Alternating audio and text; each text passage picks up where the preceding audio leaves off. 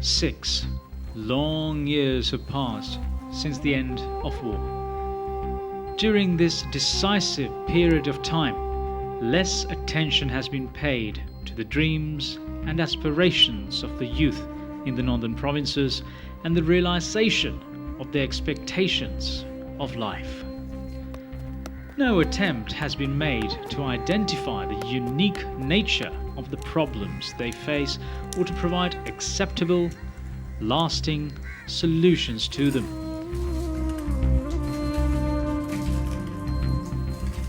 It is the prime responsibility of the entire Sri Lankan nation to contribute towards the empowerment of the young lives of the northern provinces, who's looking into an uncertain future with shattered expectations.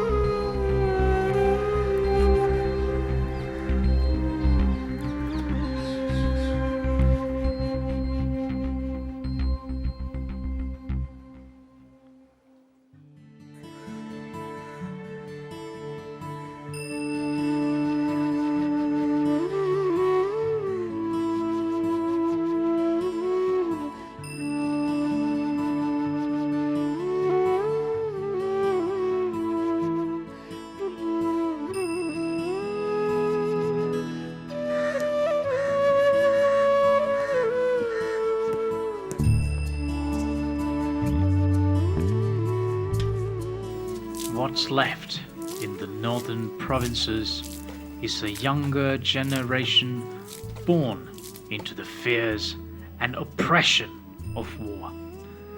Youth whose childhood was marked by unspeakable pain and suffering due to the atrocities of an armed conflict which they were yet to comprehend in their tender years. War has ruthlessly robbed them of the comforts of childhood.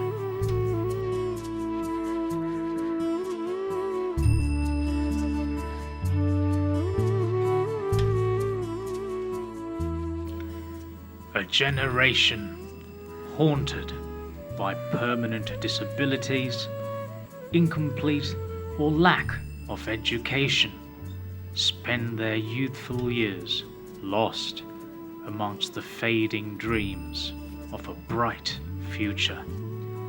The appalling plight of these courageous, talented and committed youth, deprived of a fair chance at a better future due to socio-economic and political factors beyond their control, shocks one's conscience.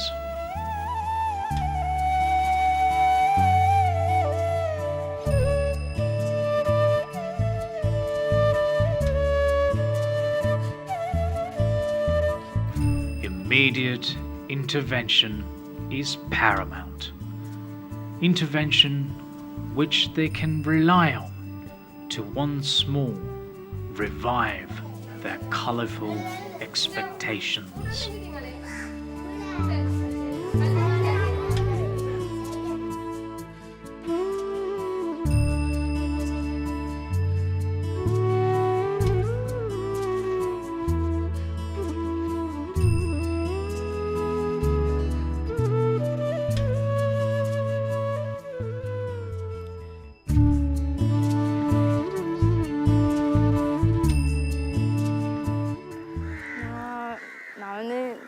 சொந்த நான் வந்துடுறேன்.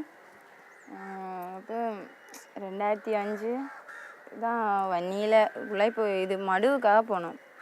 போக அங்கே வந்து பாதை 2006 பாதை பூட்டிட்டாங்க. பாதை பூட்டின அப்புறம் எங்களால் வர முடியாது, பாஸ் பிரச்சனை, வயது கட்டுப்பாடு அப்படி இப்படின்னு சொல்லி பாஸ் தர மறந்துட்டாங்க. நான் வந்துடுற மக்கள்லாம் அங்கே இருந்தேன் ஃபுல்லாகவே அந்த கிராமத்தில். அதனால் வந்து இன்னொரு அதே மாதிரி கிராமம் இன்னும் பக்கத்துலேயும் இருந்துச்சு எங்களை மாதிரி, கல்வீடு நடுவில் சுற்றுவர ஓலை குடிசை அப்படி. அதே மாதிரி அதே இன்னொரு கிராமத்தில் அப்படி இருந்துச்சு. அது வந்து இயக்கத்தில் அப்போ அதால் இலக்கு தவறி அடிச்சிட்டாங்க. அப்போ இலக்கு தவறி அடித்தோன்னே 9:30க்கு பிறகு அடித்தோன்னே எல்லாம் நான் காயப்பட்டுட்டேன். காயப்பட்டோன்னே அப்புறம் ஹாஸ்பிட்டலுக்கு கொண்டு போய் அங்கே ட்ரீட்மெண்ட் செய்து முழங்கால் ஹாஸ்பிட்டலில் ட்ரீட்மெண்ட் செய்துட்டு கிளிநொச்சிக்கு கொண்டு போனாங்க. இங்கே செய்ய முடியாது. அப்போ எனக்கு 11 வயசு. இது தெரியாத வயசு, ஒன்றுமே தெரியாது. அப்போ அங்கேயும் எல்லாம் பேர் காயப்பட்டது இது என்னது. அப்போ அந்த இதில் டாக்டர்ஸ் மாதிரிலாம் பிஸியாக இருந்தாங்க. அப்போ சின்ன சிக்கல். அப்போ ஹாஸ்பிட்டலில் உடனே கிளிநொச்சி ஹாஸ்பிட்டல் ட்ரீட்மெண்ட் செய்துட்டு வெளியே கொண்டு வந்து விட்டாங்க. விட என்னை பார்த்துக்கிறதுக்கு யாரும் இல்லை. ஸ்ட்ரெச்சரில் இருந்து விழுந்துட்டு அந்த கால் அடி ஒன்று விழுந்தோடனே மெயின் டெத்தோட நரம்பு அறுத்துட்டு அறுத்தோடனே திருப்பி ட்ரீட்மெண்ட் செய்து பார்த்தாங்க, முடியலை. டாக்டர் மாதிரி சொன்னாங்களாம் இப்படி 3 மணி தேர்ந்ததுக்குள்ளே கால் கலாட்டோன்னா மெல்லாட்டிக்கு பிள்ளைண்ட உயிர் போகும். 2007 கும்பலமனையில் இருந்தோம். கும்பலமனையில் இருந்து அப்படியே திருப்பி கும்பலமனையிலும் கிபிர் அடித்து அங்கேயும் செல் அடித்து அங்கேயும் இருக்கலாது. அங்கேயும் இருந்து இருக்கலாம். திருப்பி என்ன செய்யாச்சு திருப்பி இடமேந்து ஒவ்வொரு இடமா அப்படியே இடமேந்து கடைசி இடக்காட்டுக்கு வந்துட்டோம். இடக்காட்டுக்கு வந்து அங்கேருந்து அங்கால போகலாது. வேற ஒரு இடம் அங்கால போனாலும் பாதிப்பு கூட. அதுக்குள்ளே இருந்தால் சித்தா சாகரம் இருக்கிற மாதிரி இருந்தோம். இருந்து 2009 4ஆம் மாதம் 20ஆம் தேதி சரியான பிரச்சனை. ஒரு இடமே போகலாது. அப்படியே என்ன ஆச்சு, போட்டுக்கும் அப்போ காசு கொடுக்கணும். போட்லேயும் காசு கொடுத்தா தான் நேற்றுவாங்க எங்களை எஃப்னா வாரத்துக்கு. இருந்த இதை வச்சு தான் விற்று காசுலாம் கொடுத்து கடலால் தான் வந்து பருத்துறையில் ஃபஸ்ட்டு இறங்கி அங்கேருந்து திருப்பி எங்களை அவங்க முகாமுக்கு அனுப்பினாங்க. முகாமுக்கு அனுப்பி கொடியாமம் திருநாவுக்கரசு ஸ்கூலில் வச்சுருந்தவங்க. அங்கேருந்து திருப்பி எங்களை அனுப்பி அல்லாரை முகாமில் வச்சுருந்தாங்க. அல்லாரையில் 5 மாதம் வச்சுருந்தாங்க. ஆவணி 5ஆம் தேதி எங்களை விட்டவங்க வெளியில் ரிலீஸ் ஆக்கி.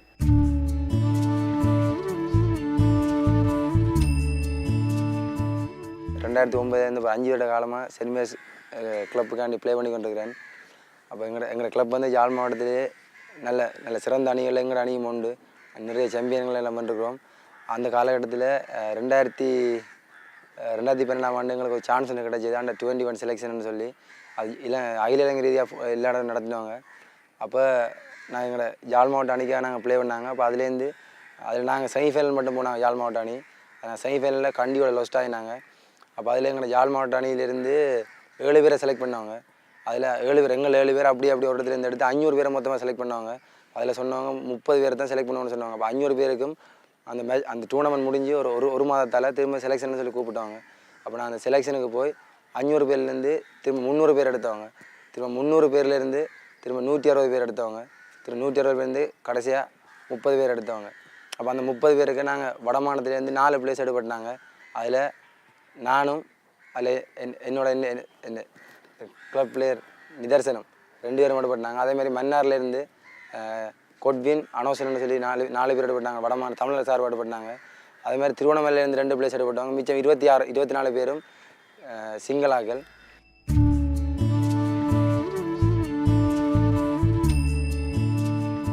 எனக்கு 8 வயசில் இந்த மைன்ஸ் வெடிக்கப்பட்டிருக்கு என்ற கைக்கு கண்ணுவலுக்கு.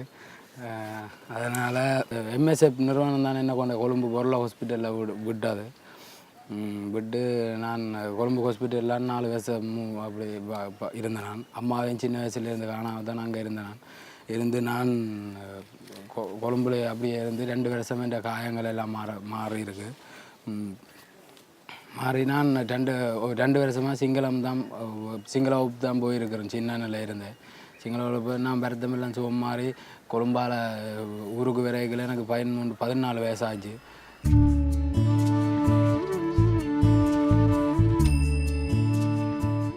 எங்கள் ஃபேமிலியில் வந்து அப்பா, அம்மா, தம்பி, நான், மற்றது எங்களோட அத்தை ஒரு ஆள் இருக்கிறா. அவள் மேரி பண்ணையில். ஸோ அவங்க கூட தான் இருக்கா. அப்படியே அப்போ எங்களுடைய அப்பா வந்து கடல் தொழிலாம் செய்கிறாங்க. ஆனால் அந்த வருமானம் எங்கள் குடும்பத்துக்கு போதாது. என்று சொன்னால் சாதாரணமாக அந்த காசு வந்து இப்படி நாங்கள் சாப்பிடணும், அப்புறம் எங்களுக்கு டியூஷன் ஃபீ கட்டணும், தம்பியோட டியூஷன் ஃபீ கட்டணும். ஸோ நிறைய பிரச்சனை இருக்குது.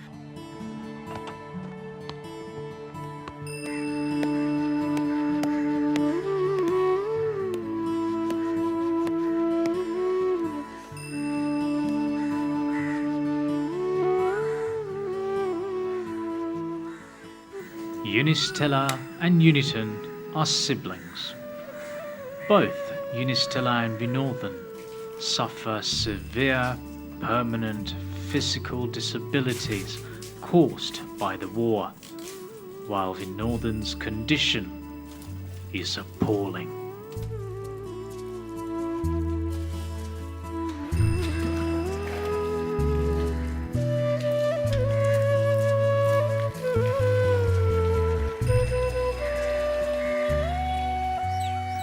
Rakshana is at the cusps of her youth. However, what awaits her is a murky future.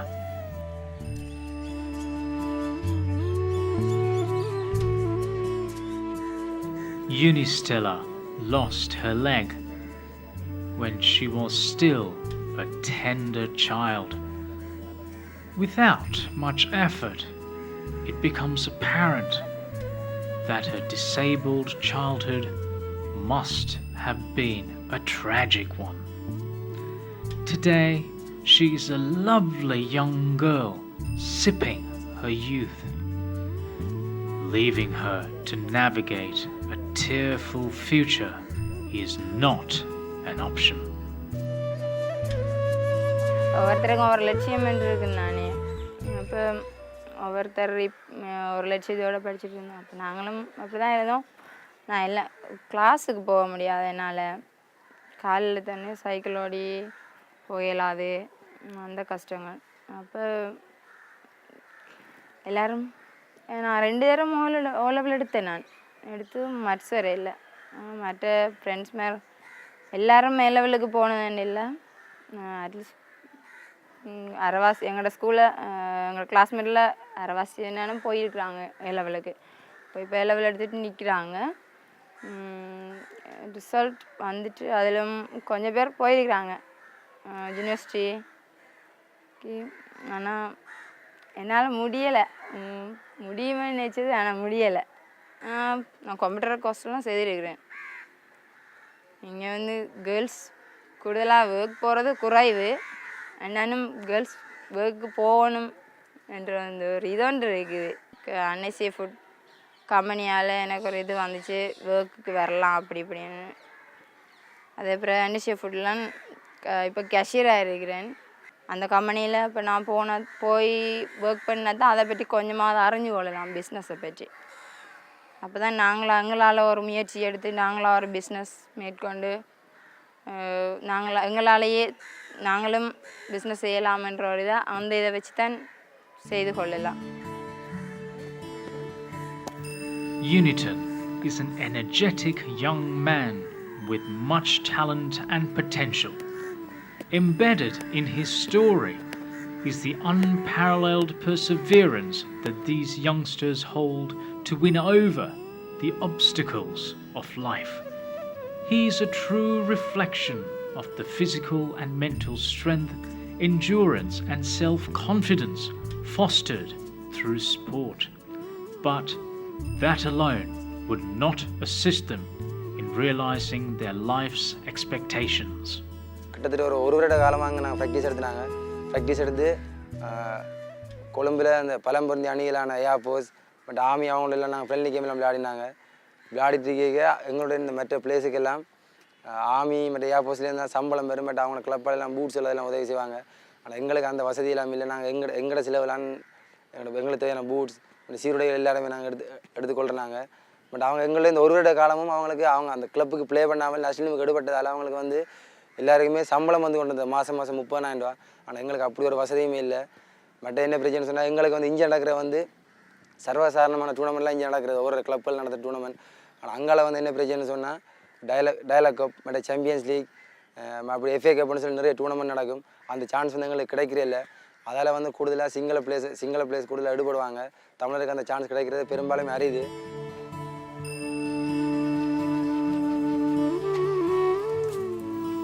Vinodhan's life was made a tragedy by war when he was just a child.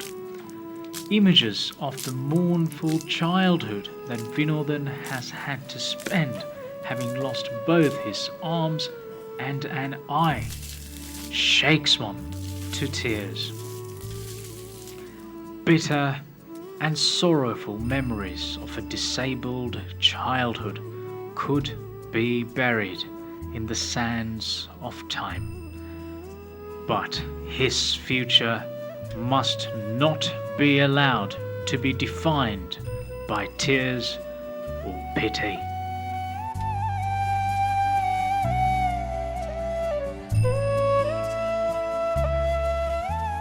பதினெட்டு வயசுலேருந்து நான் தொழிலுக்கு ஆரம்பித்தேன். தொழில் வந்து நான் கூலி வேலைகள், மேசன் வேலைகள், தச்சு வேலைகள் அதுவெல்லாம் நான் செய்து கொண்டிருக்கிறேன். அதனால் எனக்கு நான் கனவேற உதவி எதிர்பார்த்து போயிருந்தேன். நான் எந்த வேறுமே எனக்கு உதவி செய்யலை. வெயில்கள், மழைகள், அது இது குளிர்களுக்கு எல்லாம் நாங்கள் அவ்வளோ கஷ்டப்பட்டு வேலை செய்து நான் தங்கச்சியை படிப்பிச்சு கொண்டு இருக்கிறேன். எங்களுக்கு அப்பாவும் இல்லை. எனக்கு நான் பிறந்து 6 வயசுக்குள்ளேயே அப்பா மோசம் போயிட்டார். எனக்கு அப்பாவே தெரியாது. அப்பா தெரியாமல் வளர்ந்த நான். தங்கச்சி சின்ன குழந்தை, கை குழந்தையில் அப்பா செத்துருக்கார். நான் தான் மட்டும் தனியாக தங்கச்சியும் படிப்பிச்சு அம்மாவையும் பார்த்து கொண்டு போகணும்.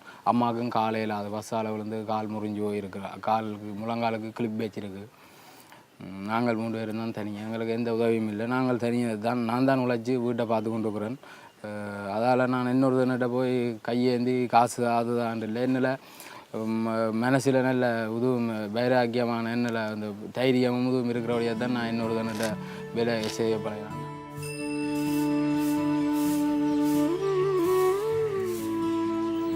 Teenage Rakshana is thriving to fulfill her colourful, youthful dreams of a flourishing future. She is cheerfully looking forward to the realization of her great expectations of life despite the extreme socio-economic challenges faced by her family. But all that awaits Rakshana outside the protection of her family is an unequal and prejudiced employment market. What is required is an environment where such concerns does not haunt the mind of Rakshana. அவ்வளோ கஷ்டம் இருந்தும் நான் வந்து படிக்கணும், அப்பா படுற கஷ்டம், அம்மா படுற கஷ்டங்கள் எல்லாத்துக்கும் நான் ஒரு நல்ல பலன் கொடுக்கணும் அப்படி என்ற ஒரு நோக்கம். அதனால தான் நான் இப்படி ஒரு 9 அச்சீவ் பண்ணக்கூடியதாக இருந்தது. எவ்வளோ கஷ்டப்படுறாங்க எனக்காக. அப்பா வேலைக்கு போகிறது, அந்த உப்பு தண்ணியில் போயிருந்து எனக்காக, எங்களோட குடும்பத்துக்காக கஷ்டப்படுறாரு அப்பா. ஸோ அவருக்கு நாங்கள் நல்ல பலன் கொடுக்கணும்னு நான் யோசிச்சேன். அதை மாதிரி தான் எங்களோட தம்பிகிட்டே நான் இப்போ சொல்கிறது. நான் அக்கா 9 எடுத்திருக்கேன், நீங்களும் அதே மாதிரி அப்பாவோட கஷ்டங்களை பாருங்கள், அம்மாவோட கஷ்டங்களை பாருங்கள் அப்படின்னு சொல்லிட்டு நல்லா படிக்கணும், நானும் ஹெல்ப் பண்ணுறது. Unistella, Uniton, Vinodhan and Rakshana are marching forth blindly into a dubious future with thousands of youthful dreams and aspirations at heart.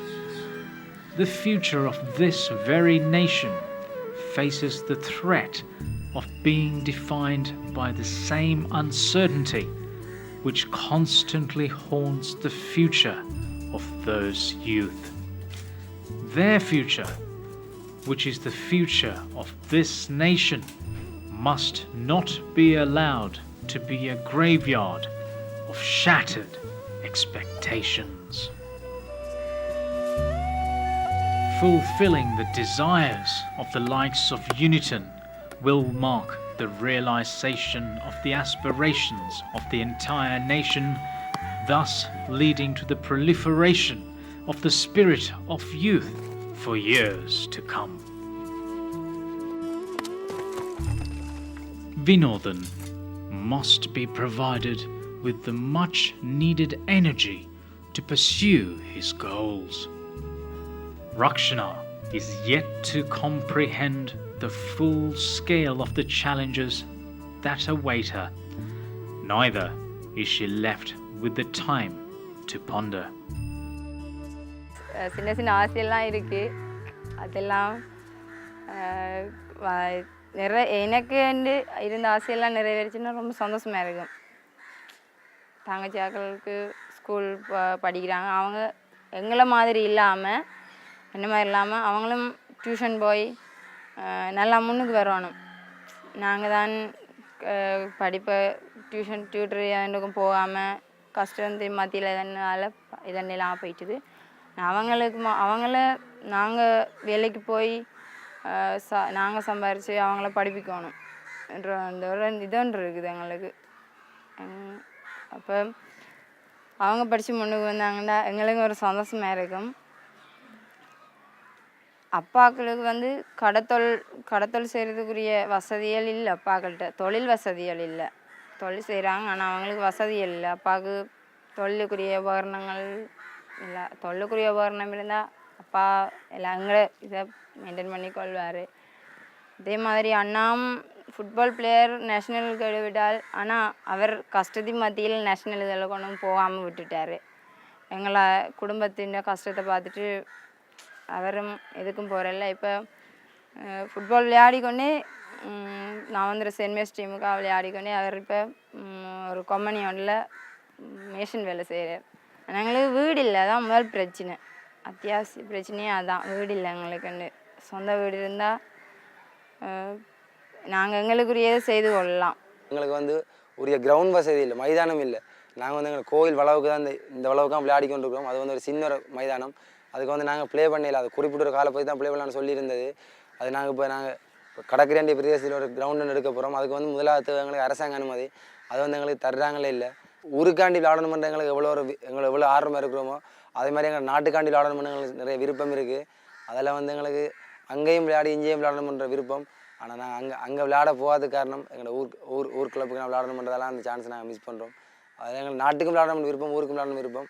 Chance எங்களுக்கு மிஸ் பண்ணுறோம். அதெல்லாம் எங்கள் நேஷனல் டீமுக்கு திரும்பியும் போனவங்க நிறைய விருப்பமாக இருக்குது. அந்த சான்ஸ் எப்போ கிடைக்கும்னு நாங்கள் காத்துக்கொண்டிருக்கிறோம். ஒரு நாள் வேலை இல்லாட்டிக்கு நான் இப்போ கன உதவலை யோசிப்பேன்.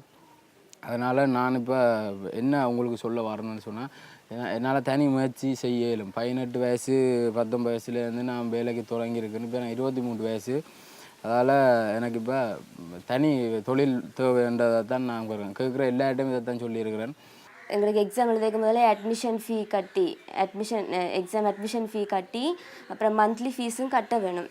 ஸோ அது அந்த 5ஆம் தேதிக்கு முதல் கட்டணும். ஸோ சில வேளை அப்பா ஒவ்வொரு நாளும் காசு 100 ரூபாயோ 150 ரூபாயோ தருவேர் சேர்க்க சொல்லி மந்த்லி ஃபீஸ் கட்டுறதுக்கு. ஸோ அது சில வேளை அப்பாவுக்கு காசு குறைவாக வந்தாலும் சில வேளை அந்த காசு எங்களுக்கு கிடைக்காது ஒரு நாளைக்கு. ஸோ அந்த 5ஆம் தேதிக்குள்ளே எங்களுக்கு காசு சேராது. அப்போ சில டைம் அம்மா சில இடத்துல அக்கட்டை வாங்கி அப்படி இன்னொரு நாள் மாறி கொடுத்து அப்படித்தான் எங்களுக்கு தர்றவ. ஸோ அதை விட அப்படி தான் கட்டுறாங்க. சில இல்லை சார்கிட்ட எக்ஸ்கியூஸ் கேட்பேன், சார் கொஞ்சம் லேட்டாக கட்டுவேன் அப்படி இப்படின்னு சொன்னால் சாரும் அதுக்கேற்ற மாதிரி எனக்கு எக்ஸ்கியூஸ் பண்ணி தந்திருக்கு. ஓ லெவலில் 9 எடுத்தது ஓகே, ஆனால் அதை விட ஏ லெவலில் நான் 3 எடுக்க வேணும்.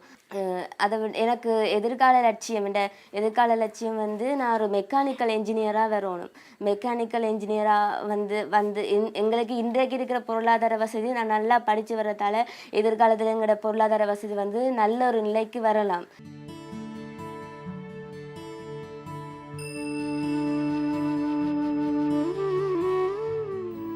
These youngsters are specimen of the youth in northern provinces. The future of the country is dependent on the empowerment of their goals and ambitions. It's their victory over their plight which would mark the triumph of our nation's future. In this backdrop, building towards a prosperous Sri Lankan nation with flourishing youth at its helm should be at the very top of the agenda.